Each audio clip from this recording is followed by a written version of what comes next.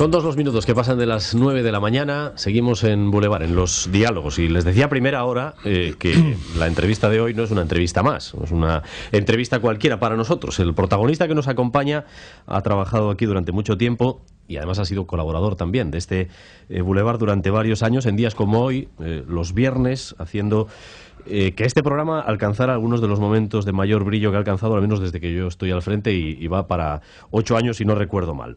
Lo decía, muchos de ustedes me lo suelen recordar cuando tienen la ocasión, en compañía de Iñaki Soto y de Lourdes Pérez. Pero ahora es el responsable en el gobierno vasco del área de cultura y política lingüística.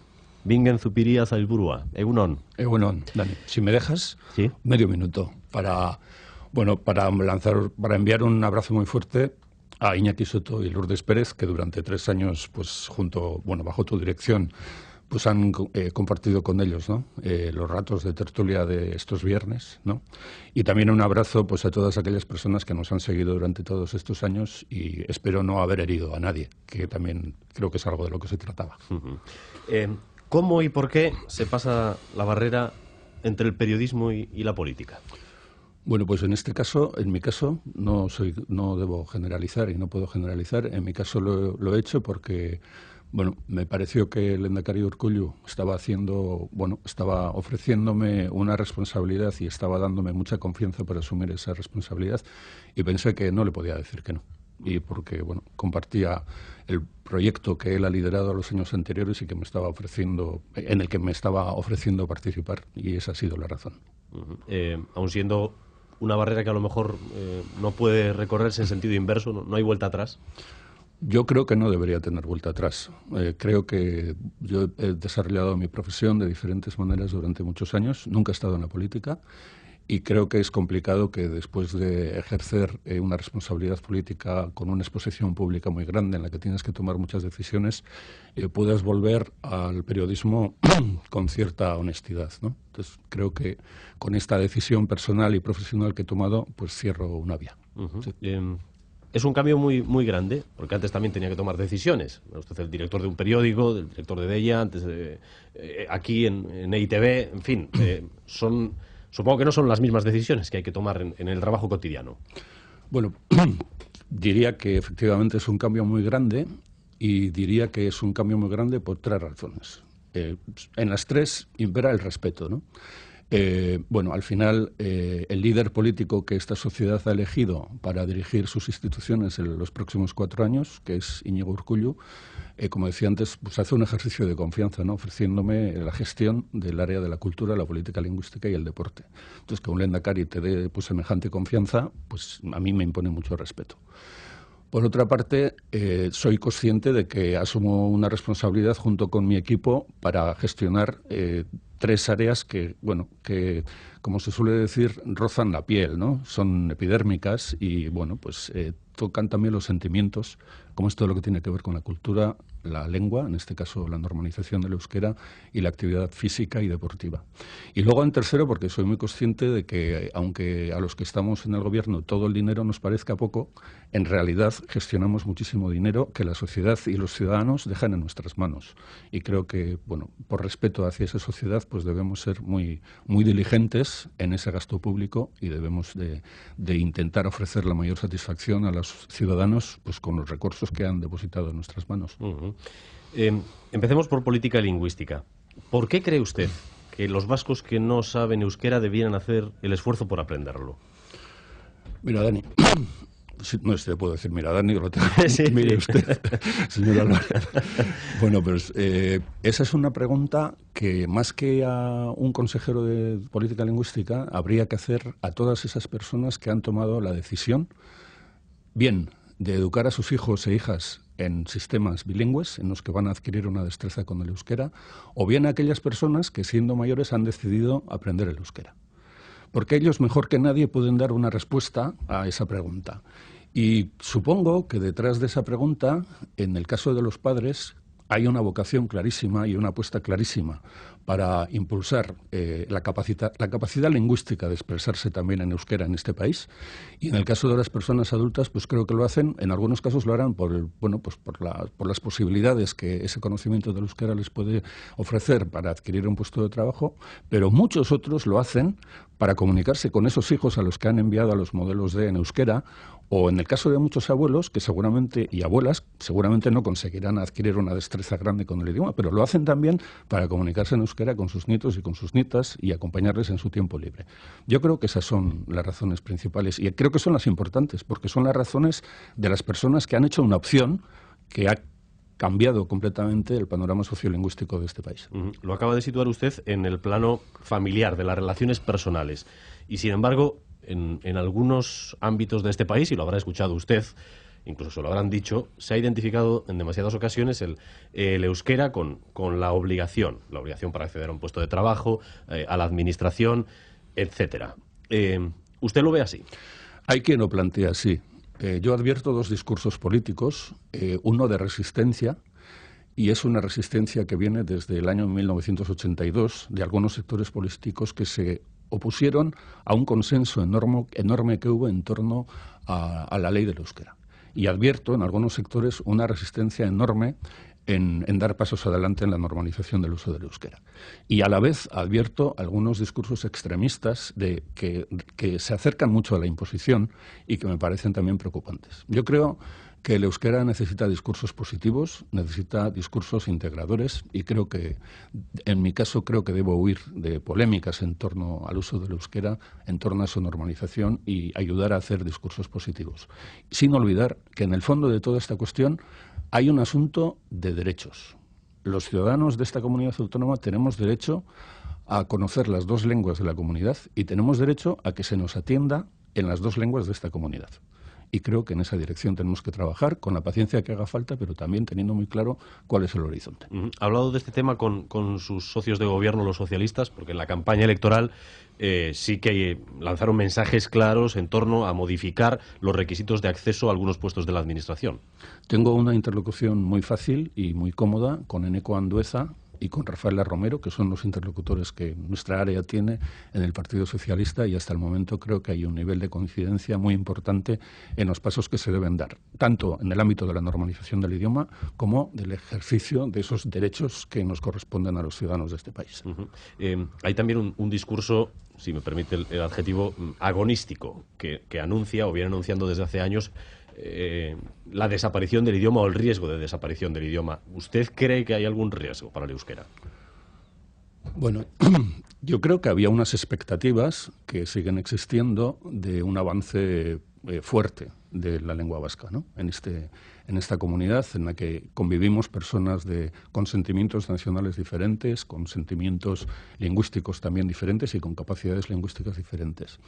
Y no sé, tengo la impresión de que debemos avanzar, ¿no?, en esta línea de normalización y de convivencia. ¿Qué es la cultura vasca? ¿Es la cultura que se hace en euskera, la cultura que se hace aquí? ¿Qué es la cultura vasca? Bueno, para mí la cultura vasca sería, yo advierto, como todo el mundo, que se está produciendo una globalización enorme de los hábitos culturales y de los comportamientos, ¿no? Creo que cada vez los ciudadanos de este mundo globalizado, sobre todo del mundo globalizado desarrollado, somos más parecidos. Y creo que la cultura es aquello que nos debe recordar de dónde venimos, qué somos, y también nos debe ofrecer una forma de convivir en ese mundo globalizado con unas características propias.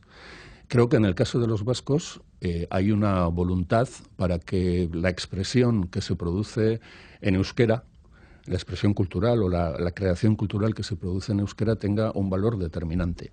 Pero creo que hay muchas actividades en nuestro país a las que se le puede incorporar el adjetivo vasco porque responden a una realidad sociocultural determinada que nos ayudan también a estar en ese mundo. Así, aunque el idioma en ese caso no tenga razón de ser o no tenga mucha importancia, creo que el arte, las artes visuales vascas tienen una importancia tremenda. Creo que la gastronomía vasca también la tiene. Y hay otras expresiones culturales que llevan con toda naturalidad y con toda razón ese adjetivo de vasco.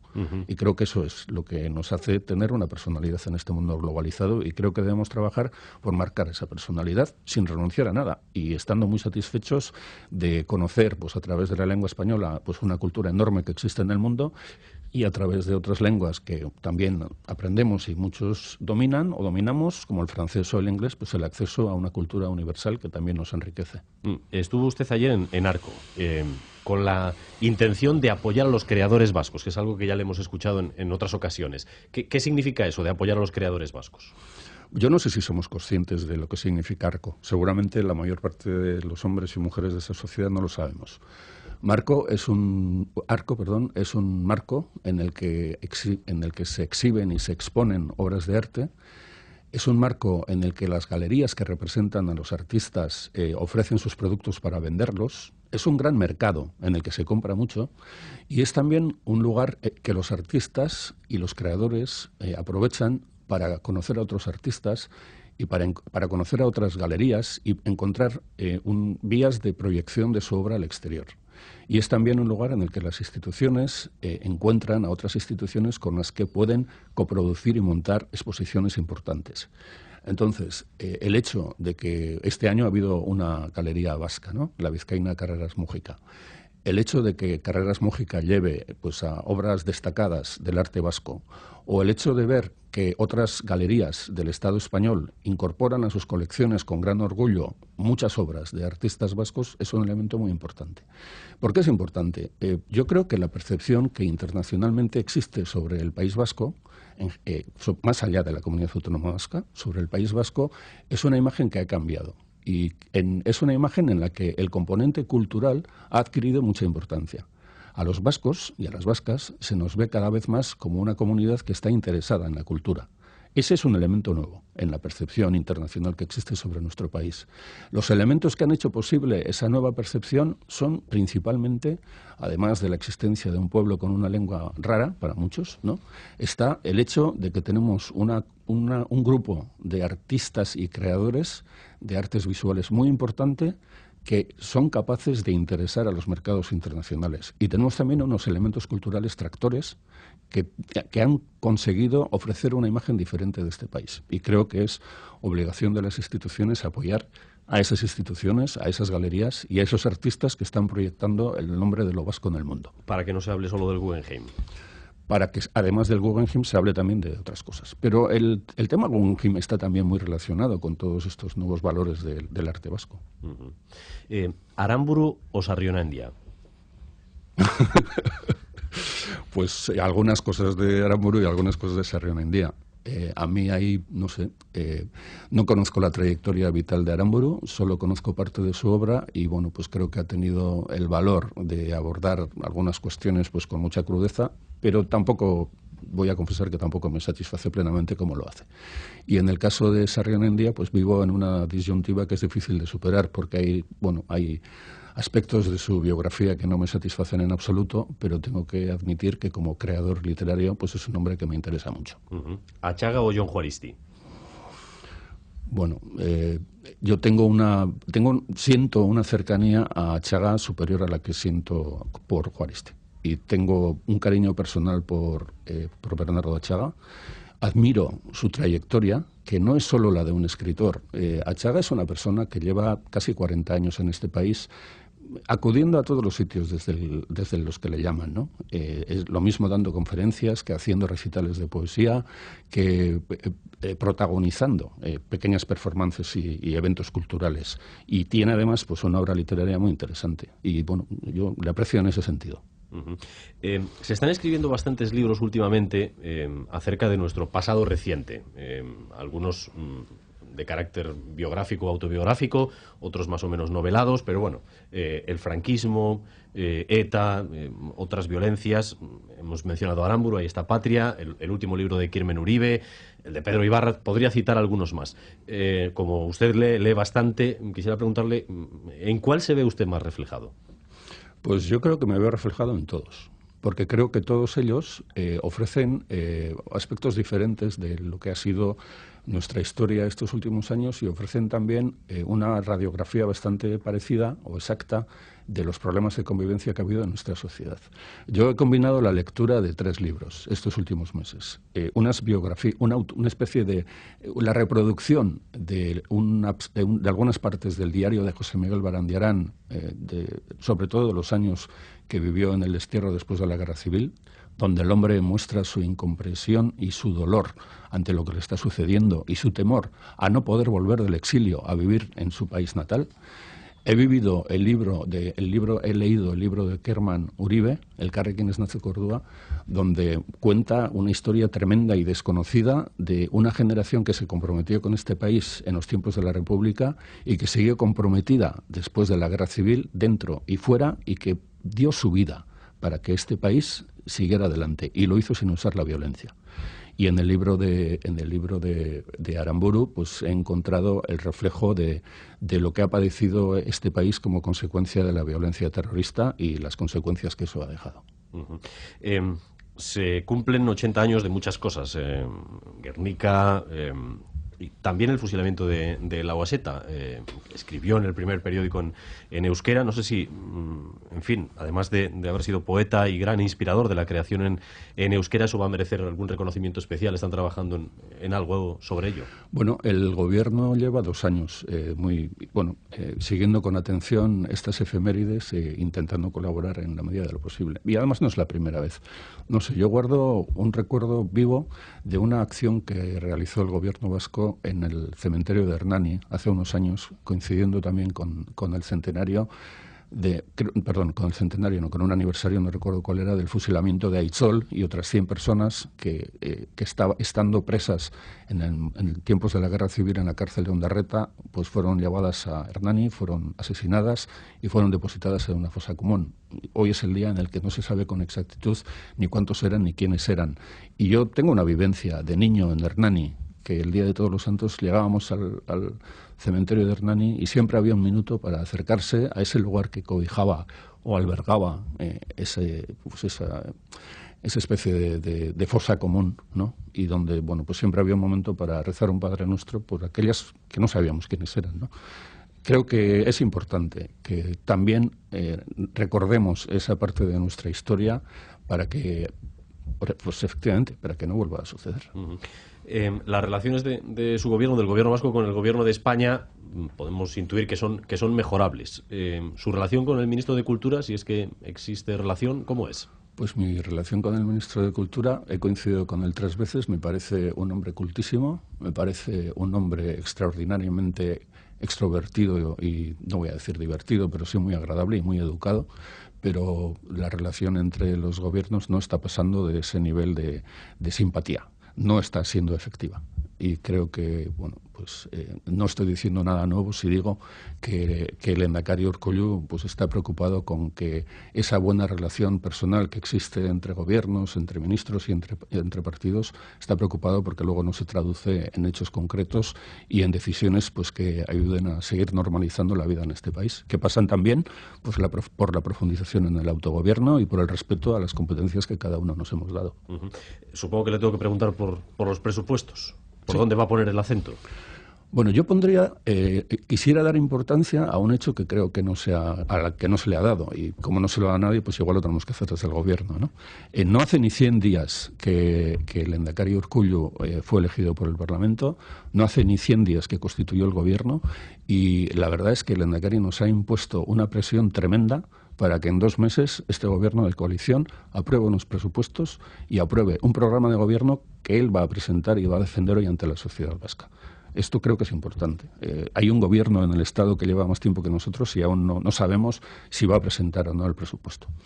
Dicho esto, el presupuesto de cultura y de política lingüística se va a centrar en aquellos aspectos que hemos destacado hasta ahora desde el momento en el que tomamos posesión del cargo, ¿no? En el área de la cultura vamos a poner mucha atención en prestar atención a los creadores vascos y darles el apoyo que podamos desde las instituciones para fomentar su labor de creación, y debemos poner también una especial atención en los ciudadanos. Al final, la cultura la creamos para dar una satisfacción a los ciudadanos, el patrimonio también lo conservamos para que sea útil e interesante para los ciudadanos y debemos hacer lo posible para que esa creación cultural y ese patrimonio que tenemos sea accesible para los ciudadanos. Entonces, hay más aspectos, pero estos dos me parecen importantes en el ámbito de la cultura. Y en el ámbito de la política lingüística, pues tenemos un reto importante, como es la revisión de todos los perfiles lingüísticos y las exigencias lingüísticas de todas las administraciones públicas. Estamos analizando uno por uno 38.000 expedientes, la situación de 38.000 trabajadores de las administraciones públicas para revisar y adecuar sus perfiles lingüísticos, y este es un elemento que va a ser importante en esta legislatura. Y luego, hay toda una red de instituciones sociales que han hecho una apuesta muy clara por la euskalonización de adultos. Son sobre todo los euskaltegis homologados o los euskaltegis privados de este país, y queremos prestar también un reconocimiento y una atención al profesorado que desde esas instituciones está trabajando por la euskalonización de adultos. ¿De qué manera? Bueno, pues sí, en la medida de lo posible, mejorando su situación económica. Revisar la situación en cuanto a los perfiles lingüísticos de trabajadores de la administración pública. ¿En qué sentido? Bueno, es algo que nos viene obligado por ley. Los planes de normalización lingüística de las administraciones establecen unos objetivos, establecen también unos calendarios de revisión y establecen unos objetivos de mejora. Entonces, dentro de esa planificación, toca este año hacer esa revisión. Entonces, el objetivo de la revisión, desde luego, desde nuestro punto de vista, consistiría en adecuar las exigencias que establecemos para cada puesto de trabajo a la realidad en la que se va a tener que desenvolver el desempeño de ese trabajo. Entonces, probablemente en algunos puestos de trabajo se están planteando exigencias más altas de lo necesario para poder acceder a un puesto de trabajo. ¿Por ejemplo? Por titulaciones, etcétera. No me parece necesario que a un barrendero le pidamos el EGA, por ejemplo. Y creo que deberíamos prestar mucha atención, por ejemplo, a los trabajadores de la Administración que ofrecen un servicio directo y una atención directa a los ciudadanos y a las ciudadanas, y deberíamos de tomar las medidas necesarias para facilitar que su relación con la ciudadanía se produzcan de verdad en euskera. Y no sé si eso exige niveles de conocimiento muy altos de la lengua, o probablemente se puede hacer también con un nivel asegurando que efectivamente la comunicación en euskera se va a poder producir. Ha citado usted el EGA.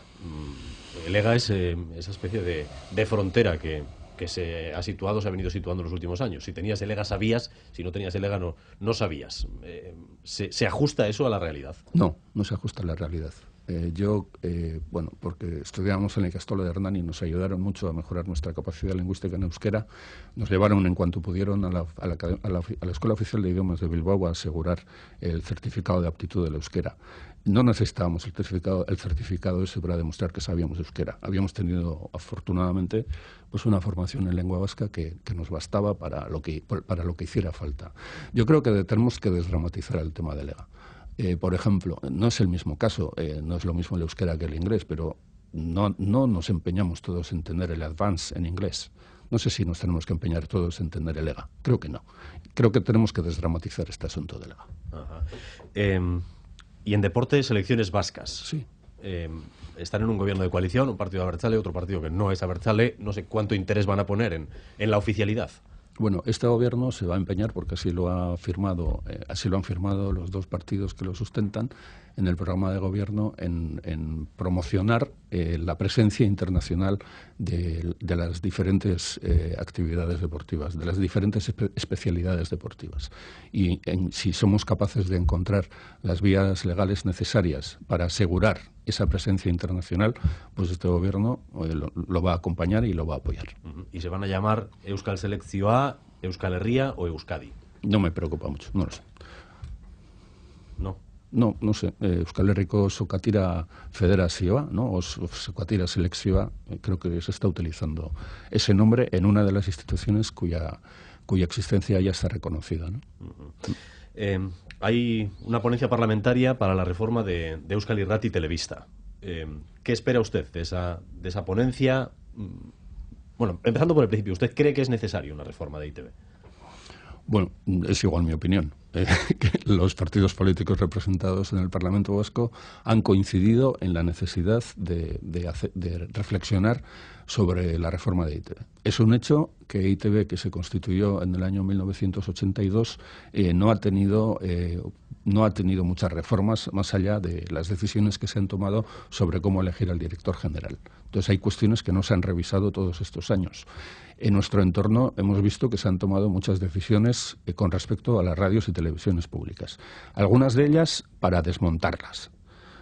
Hemos visto cómo ha desaparecido la publicidad de Radio Televisión Española y creo que no le han hecho ningún favor. Hemos visto cómo se ha disuelto la Radio Televisión Valenciana. Hemos visto las dificultades que están teniendo, por ejemplo, en la Comunidad Autónoma de Madrid con respecto a su radio y a su televisión. Todo eso está pasando alrededor. Entonces, probablemente es bueno que en torno a EITB los partidos políticos discutan y reflexionen sobre cuál debe ser el modelo. Para mí, el objetivo de cualquier reforma de EITB, más allá de mejorar su eficiencia y de tomar las decisiones que haya que tomar para garantizar su transparencia, para mí lo más importante es que EITB siga ofreciendo un servicio público a los ciudadanos de este país. Lo haga como lo está haciendo, con unas radios que son muy potentes y que tienen mucho seguimiento por parte de la audiencia vasca, tanto en castellano como en euskera, y lo haga también a través de programas de televisión que se han convertido en referencia para los ciudadanos y las ciudadanas vascas. Creo que cualquier reforma o cualquier reflexión que se plantee sobre este tema debe de tener claros esos dos objetivos. Uno, que EITB continúe siendo una referencia informativa y dos, que EITB continúe siendo un motor para la promoción del euskera. Usted como consejero, digamos, encargado de esta materia, ¿tiene previsto hacer alguna aportación a ese debate o va a esperar a que los partidos políticos digan algo? Yo creo que la reflexión está planteada en el Parlamento y si los grupos parlamentarios consideran que el Gobierno debe hacer alguna aportación, pues es nuestra obligación hacerlo. Pero creo que no debemos condicionar el debate político que los partidos políticos quieren tener en torno a este tema. Ez da erraza izan niretzat. Zuretzat bai. Niretzat ere ez, baina asko estimatzen dizut, Dani, zuk egin duzun ahalegina, nirekin urte hauetan euskara ikasi eta euskaraz komunikatzeko. Eta hori behar bada entzulek ez dakite, eta esan nahi nuen. Zorionak. Bingen Zupiria. Eskerrik asko. Eskerrak zauri.